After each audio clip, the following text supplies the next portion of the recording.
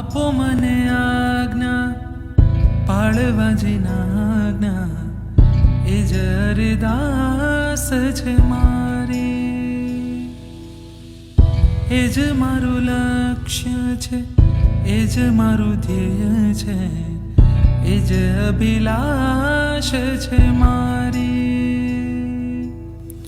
સંયમ અને તપની તલવાર લઈને કર્મ સત્તાને હરાવી દઉં, શાસનનો વીર સુભટ બનીને આત્મજયને હું પામું વહાલા.